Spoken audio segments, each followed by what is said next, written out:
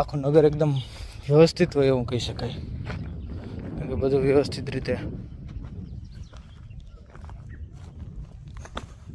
અહીંયા કંઈક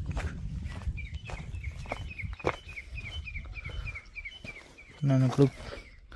કુવા જેવું છે,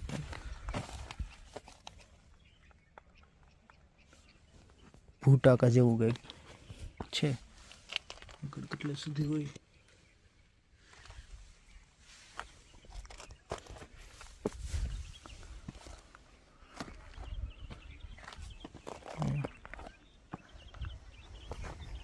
બધું પથ્થરથી જ બનાવેલું સંપૂર્ણ.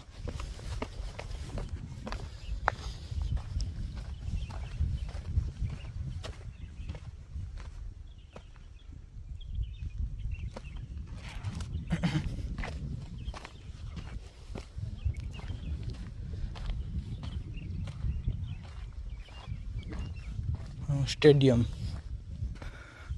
અત્યારના સમયમાં